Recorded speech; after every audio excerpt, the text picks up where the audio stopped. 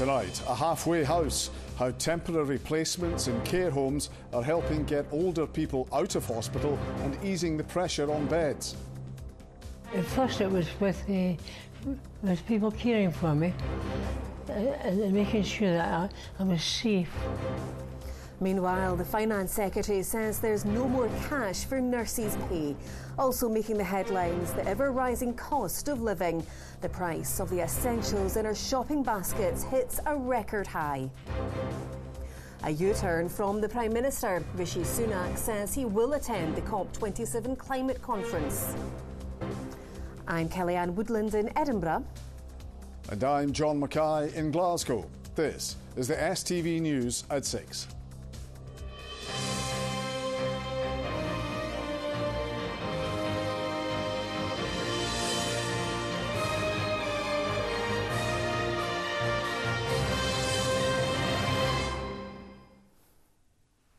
Good evening. Hundreds of hospital beds have been freed up by a pilot project aimed at getting older people off the wards when they no longer need to be there.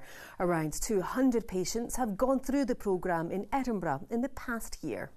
It involves the use of care homes to provide interim places for people who don't yet have the support in place to go home. Those involved say rolling this approach out more widely could help ease the pressure on hospitals. Here's our senior reporter, Gordon Cree. Archie is 94 and came to the Elsie Ingalls care home after 7 months in hospital. He needs support with things like showering and didn't feel ready to go home. But he's found being here is to his taste. I'm allowed to do things for myself. At first it was with people caring for me and making sure that I was safe. And then after that, I was allowed to do what I wanted to do myself. And when I needed help, I've got this thing on my wrist that I can press and help comes to me. Archie's daughter told me the interim arrangement gives her peace of mind. Him being here is a fantastic intermediate stage for him coming home because he's cared for, but he has that level of independence that allows him to get stronger. Without that and him coming home, he would almost be, I could guarantee it, back in hospital again. In the year since this home has been involved in the set-up, more than 70 residents have passed through its doors on their way from hospital to home. That has freed up countless beds back on the wards. Overall, Archie is one of around 200 patients discharged into temporary care home places in the first year of the project. NHS Lothian estimates 13,000 hospital bed days have been saved in that time.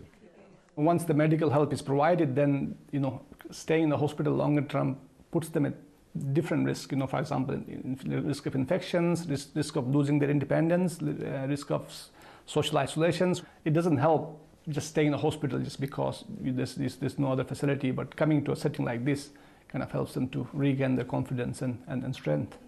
Patient coming across from the Royal. This is a partnership between the NHS and Edinburgh Council. Its success makes it a model they believe would work more widely. We've been getting so much positive feedback in regards to, people are getting their own environment. They're allocated a room with an ensuite. They get a choice of meals.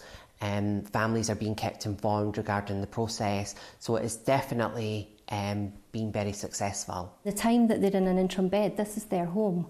And that's the way that the staff here look after them. The staff are excellent here and they look after them really well, which is why some of them want to stay here. While it's working well here, the threat to it is recruitment and staff retention. At this home, they've had an unfilled nursing vacancy for months with no applicants and say getting workers is the biggest challenge. Increasingly, that's at the heart of the problems in health and social care right across the country. Gordon Cree, STV News, Edinburgh. And those problems, as well as the potential for strikes as we go into the busiest period of the year for the NHS, will make this winter a difficult one. Scotland's Health Secretary says we all need to be mindful of the pressures on the service and warned industrial action over pay could be catastrophic. He's been speaking to our political reporter, Laura Alderman. GPs are often the first port of call for any health concerns, but they're being stretched like never before. To help ease their workloads and treat more patients, some practices, like this one in Edinburgh, are bringing in extra staff. Now that COVID concerns are lessened, people want to see GPs more. They want to come into the surgery more, and people want to have more routine appointments as well.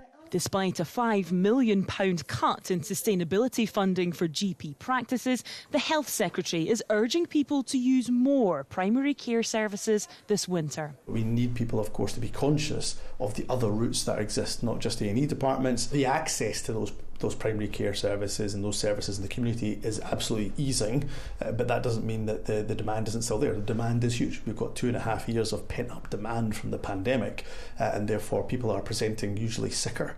Compounding those pressures is the looming threat of NHS strikes. Many union members are threatening to walk out after rejecting a pay increase offer of more than £2,000. Members say this is a last resort and patient safety could be at risk. There's a bit of frustration and disappointment that they've been forced into this position. To even consider taking strike action is historic. We've never been here in 106 years in Scotland, and that just shows you the level of the issue for the nursing staff of Scotland. Look, my door's never going to be closed. I'm never going to stop engaging with trade unions to try to urge them and their members not to go on strike, because again, speaking quite frankly to you, a strike industrial action in our NHS in this winter will be catastrophic. The Health Secretary has already warned that this winter is going to be the most challenging the NHS has ever faced. But doctors' unions say that primary care facilities like this one have been in a perpetual state of winter for the last 18 months, and they're now at breaking point. We are about 1,000 GPs short of what we need in Scotland, but despite that, every day we provide 100,000 appointments. People know to see their GP. The trouble is sometimes they can't get an appointment just because there's just not enough of them. And I think the most important thing is that we don't have our priorities right in NHS Scotland. We need additional resources going into the community, going into general practice. As already stretched doctors are asked to do more, many of them will be left wondering how much more they have left to give. Laura Alderman, STV News, Edinburgh. Meanwhile, the Finance Secretary has told STV News there isn't any more cash available to improve the offer on nurses' pay. Let's go to Holyrood and our political editor. Colin, what's John Swinney's explanation? It's the cost of living crisis, just the same as everything is right now. The Finance Secretary outlined more cuts today. 1.2 billion in total now. 400 million today in health and care. Now, some of that is to meet increased energy costs, but a lot of it is to meet the increased pay offer that he's made so far. That's a flat rate of £2,205. As you heard in Laura's report there, it's already been rejected by midwives, physiotherapists, and yesterday paramedics and others in the GMB voted for strike action. The Royal College of Nursing ballot finished today. The union has seriously urged its members to back strike action. But the Finance Secretary making it absolutely clear today he just doesn't have any more money to offer them. I've been very open with the health trade unions. I took part in the face-to-face negotiations with the health trade unions a couple of weeks ago. And I made it clear that what money the government was able to offer on the table, which I've now confirmed through the announcements I've made to Parliament today, is all that I can offer. I quite literally have nowhere else to go. We're at a very advanced stage in the financial year. There are huge inflationary pressures, and these are the savings that I think it is safe for us to be able to take to invest in a pay offer. But I can't go any further, and I've gone as far as I possibly can do in the offers that have been made. So 3 unions have already voted to reject the pay offer as it stands. the RCN finish voting today. What's your message to the unions? I would encourage those members of trade unions to support the pay deals that the government has put in place. I recognise the financial... But 3 of them haven't already. One of them, the ballot finishes today, and they've been urging their members to reject it. Well, I can only set it out the way it is. I can't invent money. I have to live within the resources that I have available to me. And I've made some really tough decisions today, and I will get a lot of criticism for the decisions that I've made today. But I've made a choice to move money from some aspects of the health and social care portfolio to afford a staff pay deal. And that's the furthest I can go. And Colin, what's been the reaction in the Scottish Parliament? Well, John Swinney said he'll get a lot of criticism. He's already had some of that from the Conservatives, from Labour and the Lib Dems, all calling for a pause in plans for a new national care service to save money in the short term. But John Swinney is warning that further cuts would eat into frontline services in the NHS, and he's fearful that a statement that we've been waiting for some time from the Chancellor at Westminster could mean further cuts. We've yet to see that. We'll find that out later this month. But all this looks like making already the hardest winter for the NHS even harder still, and it makes very real the possibility of strike action in the NHS before Christmas. Colin at Holyrood, thank you. The price of the food in our shopping baskets has hit a record high as the cost of living crunch continues to bite. Food inflation now stands at 11.6%, reflecting the costs of everyday essentials like bread and milk. The price of fresh food has also risen to over 13%. Analysts say worker shortages and surging energy prices are some of the factors behind the increases. Vanessa Taff reports. Cheap as chips, no more. With the cost of living squeeze tightening its grip, this chippy's supply costs are surging every day. The oil was 12.50 a box pre-pandemic. Now it's 25, 28. It's up in price, more than double the price. The potatoes, where it was 7.50 a bag, now it's 12.50. This morning you phoned me. The prices are up again. It's going to come the point where enough is enough. The price of our food hit a record high today, increasing by 11.6%. And it's the everyday essentials that are rising the most. A pint of milk will now cost you 19p more than it did a year ago. Bread has risen by 11p, with eggs increasing by 5p. Tea bags, well, they're 25p more expensive, and sugar, if you fancy it for your cuppa, is also up. All fresh produce, I would say, was going up in price, as well as some of the sort of staples. I would say I've noticed probably an extra £30–40 a week, and that's just for myself and my husband. Prices are just going up and up every week. Each time you go in, it's gone up more. And it's not only by a couple of pence, it's like 30–40 pence. Why is an item across the board price maybe 20 or 30 pence dear? It's quite expensive for me, the cost of living here. But yeah, if you do part-time job and everything, it would be manageable. Within 2 hours of opening, this food pantry has helped 92 families. While it's a way to help locals save on their weekly shopping, their bills are also going up. So here's a wee example of just how much prices have increased. Both of these were bought this morning, 40p, and then it's increasing to 59p. So it's a 50% increase just on one item. I think it's going to be one of the toughest winters for people. I think we know already that the demand for this is just going up and up, and we just don't have the supply of food or the funding to be able to continue to try and meet the demand. Something drastically needs to change in terms of getting support to the poorest families in this community. Increased prices in the shops, coupled with surging energy and other household bills, are a cost some families can ill afford. Vanessa Taff, STV News. OK, let's take a look at other stories across Scotland now. And 2 men aged 65 and 40 have been arrested after the deaths of 2 other men at a block of flats in Edinburgh. Police were called to Greendykes Road in Craigmillar shortly before 8:30 last night. Calls for a parades commissioner in Scotland have been rejected by MSPs. A Holyrood working group was set up after the First Minister wanted to see if Scotland should follow Northern Ireland's approach to marches and parades. A report has recommended improving notification processes and reducing the need for public order policing. Rail passengers are facing further disruption as the RMT sets further strike dates. Union members at Network Rail will take action this Saturday as well as next Monday and Wednesday over the pay dispute. ScotRail says it will run a reduced timetable with just 11 routes operating across the whole country. Compensation costs to former Rangers executives after being wrongly prosecuted have now reached £51 million. Crown Office officials confirmed the figure while at a Scottish Parliament committee. The former Chief Executive, Charles Green, has been among those to receive payments. Now, the Prime Minister has reversed his decision not to attend the COP27 climate summit next week.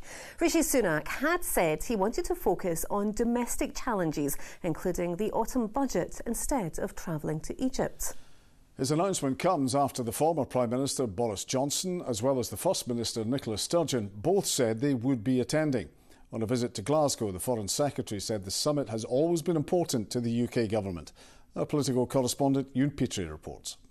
Is your COP U-turn a sign of weakness? Last week, the Prime Minister said he was too busy to travel to Egypt. This morning, he changed his mind. That's why I will attend COP27 next week, to deliver, Mr. Speaker, on Glasgow's legacy of building a secure, clean and sustainable future. There's always trade-offs. The reversal came as the Foreign Secretary visited Strathclyde University to mark 1 year since Glasgow hosted the last summit. Well, the Prime Minister had always made it clear that he wanted to ensure that the UK domestic economic policy was in a good place for the statement a little bit later on this month. He clearly feels that he's made sufficient progress on that he can now go to COP27 because the environment and energy transition, these are and will remain incredibly important issues for the UK government, and the Prime Minister is reflecting that with his attendance at the event. He's bowed to pressure, though, has he not? After his predecessor Boris Johnson said he would be there, he's been shamed into this, hasn't he? No, he's always said he wanted to make sure that the statement that the Chancellor was going to make later this month was in a good shape. He has squandered so much of our good reputation on the world stage by his dithering and dallying over making this decision.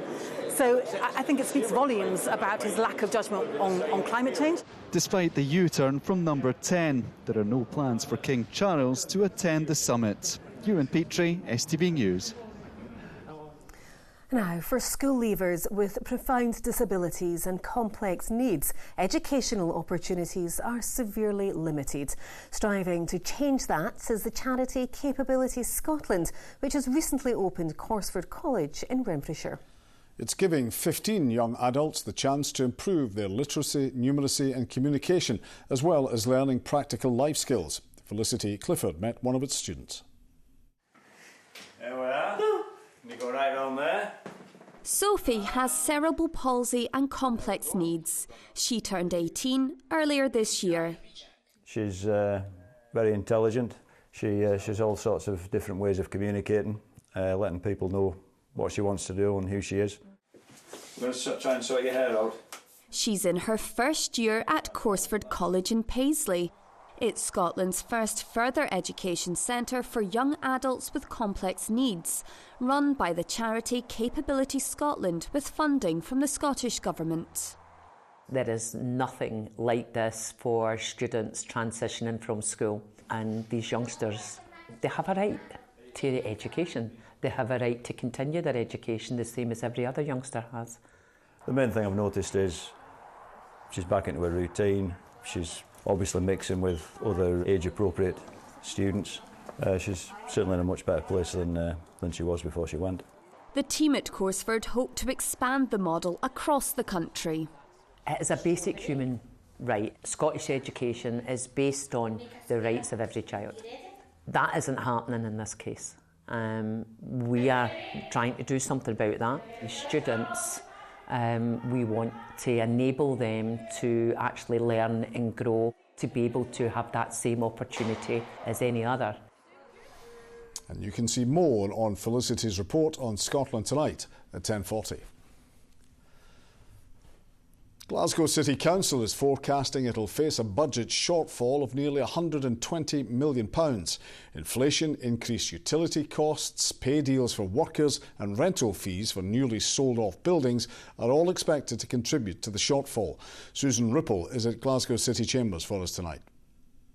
Well, this is obviously a huge figure, and the council is saying that the scale of savings that will be required are considerably higher than anything that it's experienced in previous years. Now, inflation, it is expected to have the biggest impact on the finances, making up £87.2 million of predicted losses. Now, of that figure, £80.1 million is down to pay increases.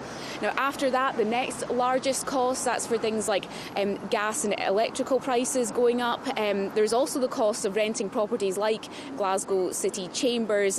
It'll be among buildings to be sold and then leased back in order to fund equal pay claims. Now, this report assumes there'll be no increases in council tax or spending because these decisions will be decided and taken in the council's budget meeting. So what happens with these figures and this information is that it'll all be used to put together budget proposals for next year. We did ask for a member of the council to do an interview about these figures, but no one was available. The weather now with Sean. Betty says it's been wet. Well, this will probably come as no surprise to you. I was looking back at the figures for October, and if you're watching from the likes of Renfrew, Johnston, Paisley, Erskine and Shinnon, well, here it was our wettest October on record. And if you're watching from Lochboysdale and South Uist, also our wettest October on record. And today we've had yet more rain. It's been a dreadful day, hasn't it? And gusty winds as well, and it will be particularly windy tonight across northwestern parts. Let's look at the forecast. Watch out for a sudden temperature drop.